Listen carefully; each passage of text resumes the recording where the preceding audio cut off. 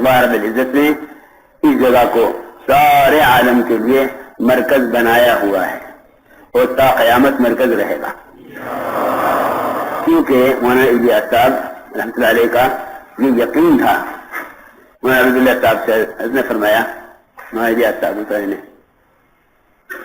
کہ مولوی صاحب میں یوں ڈر رہا کہ میرے بعد کام کا کیا ہوگا۔ مولانا عبد اللہ صاحب نے فرمایا حضرت بالکل بے فکر رہیں، یہ کام امام مہدی تک پہنچنا یقینی ہے، کیونکہ جو کام نبوت والا ہے، جو کام نبوت والا ہے وہ نبوت کے آخری زمانے تک پہنچے گا۔ جو کام نبوت والا ہے وہ نبوت تک پہنچے گا، امام مہدی کے ظہور سے پہلے یہ کام منقطع ہو نہیں سکتا، اور ہر دن کام میں اتنا اضافہ ہوگا کہ اس کی کمی کا کبھی خیال بھی نہیں آئے گا۔ اور یہ فرمایا کہ حضرت آپ اس بات سے ملول نہ ہوں کہ آپ کے بعد کام کا کیا ہوگا، اس لیے کہ جو کام امت نے دین کے لانے کے لیے ہے، اللہ رب العزت اس کا قرآن کی طرح محافظ ہے۔ اللہ رب العزت کا قرآن کی طرح محافظ ہے، جس طرح قرآن ختم نہیں کیا جا سکتا اس طرح یہ کام ختم نہیں کیا جا سکتا۔ میں ابھی آتے آتے یہ حدیث پڑھ رہے تھے مفتی اسلم، میں یہ سن رہا تھا آتے آتے کہ جو بھی شخص بھی تبلیغ میں یہ کہے نا کہ بھائی برباد ہو گئے، لوگ ہلاک ہو گئے، یعنی وہ سب سے زیادہ ہلاکت میں اور بربادی میں ہے۔ شیطان کا کام یہ ہے کہ وہ کام کرنے والوں کی فکروں کو بدلنے کے لیے چھوٹی چیز کو بڑا کر کے دکھلاتا ہے۔ میرے نزدیک تو اتنی معمولی چیزیں ہیں جن کو لوگوں نے ایک اس کا ہوا بنایا ہوا ہے، صرف مقصد سے غافل کرنے اور بے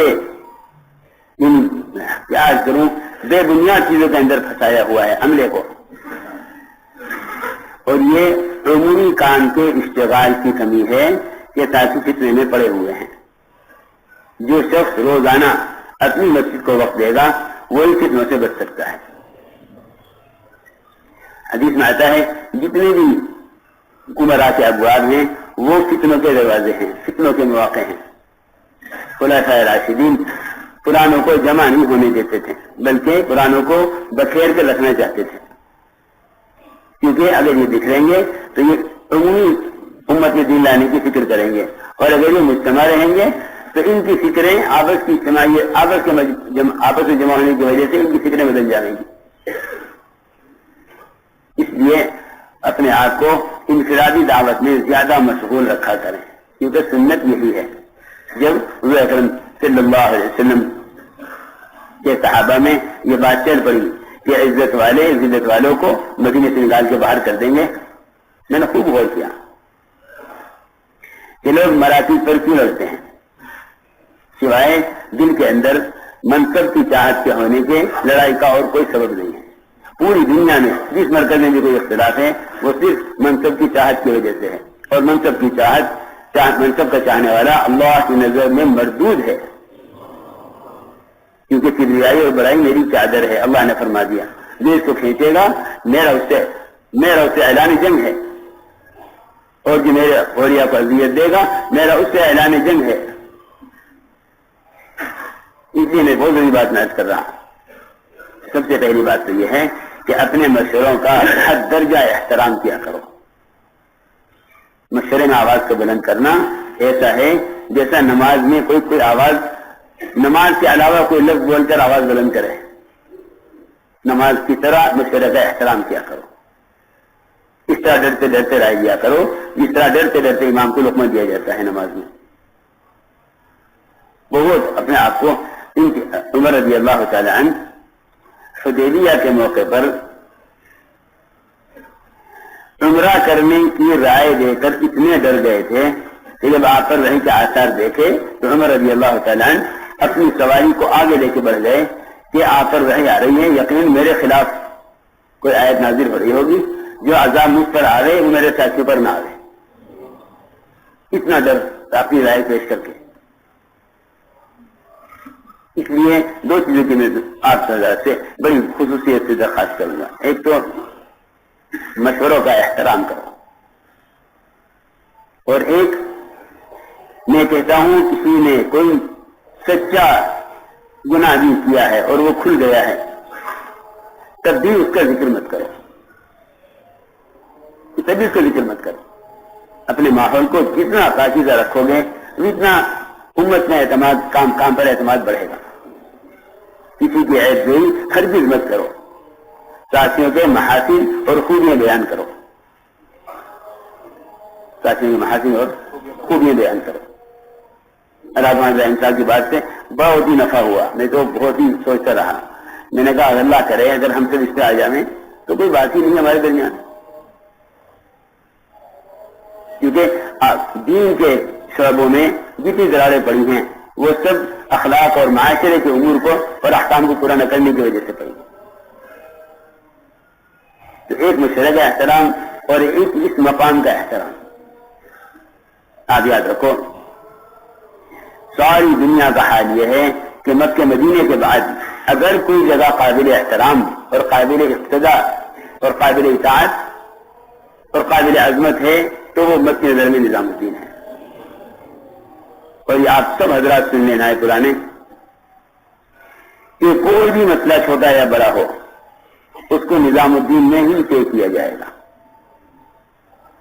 ہمیشہ کے لیے، ساری دنیا کے لیے، ہمیشہ کے لیے، ساری دنیا کے لیے۔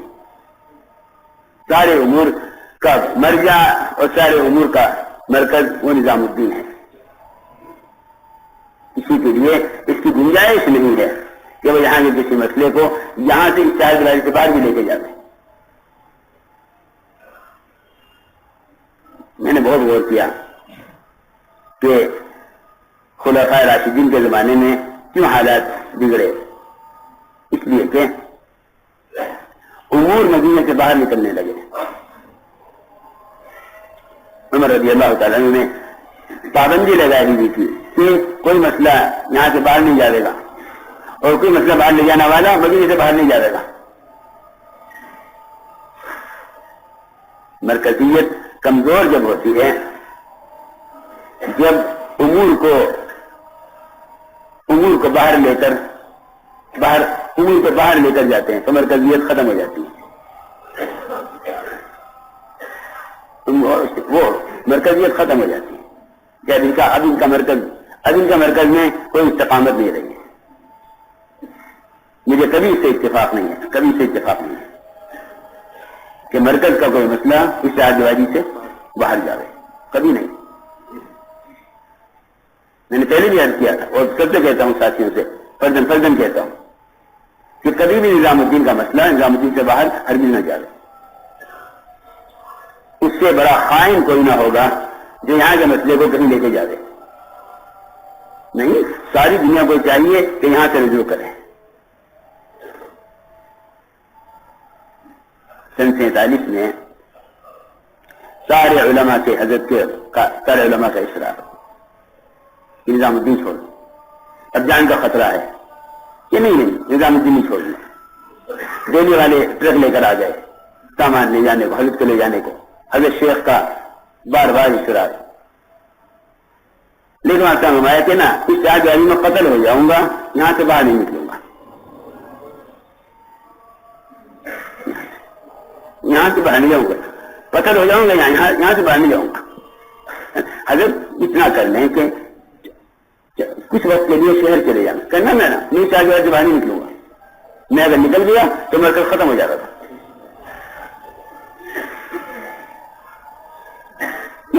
سوچتا ہوں، میں نے کہا ساتھی معمولی باتوں کو لے کے ایسے جاتے ہیں جیسا نظام الدین کی ماں نہیں رہی۔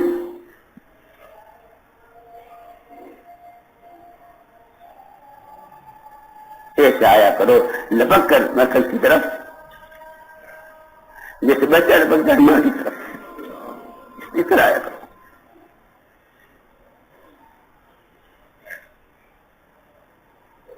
خدا کی قسم یہاں کے بارے میں غلط سوچنا مکہ مدینے کے بارے میں غلط سوچنے کے برابر ہے۔ جس جگہ تو اللہ تعالیٰ قربانیوں سے مرجع بنا دیتے ہیں امت کا، وہاں غلط کام کا ارادے پر بھی پکڑ ہوگی، کرنے پر تو کوئی یعنی کیا ہوگا۔ اس لیے میرے دوستو بہت استغفار کرو، بہت بہت استغفار کرو، بہت استغفار کرو. اور ایک بات یاد رکھو، جب تک کسی چیز کا اعلان اس منبر سے ہمارے ذریعے سے نہ ہو جائے اس وقت تک کسی چیز کا کوئی اعتبار ہرگز نہیں ہے. اس کو مرکز کہتے ہیں، اس کو مرکز کہتے ہیں، اس کو مرکز کہتے ہیں.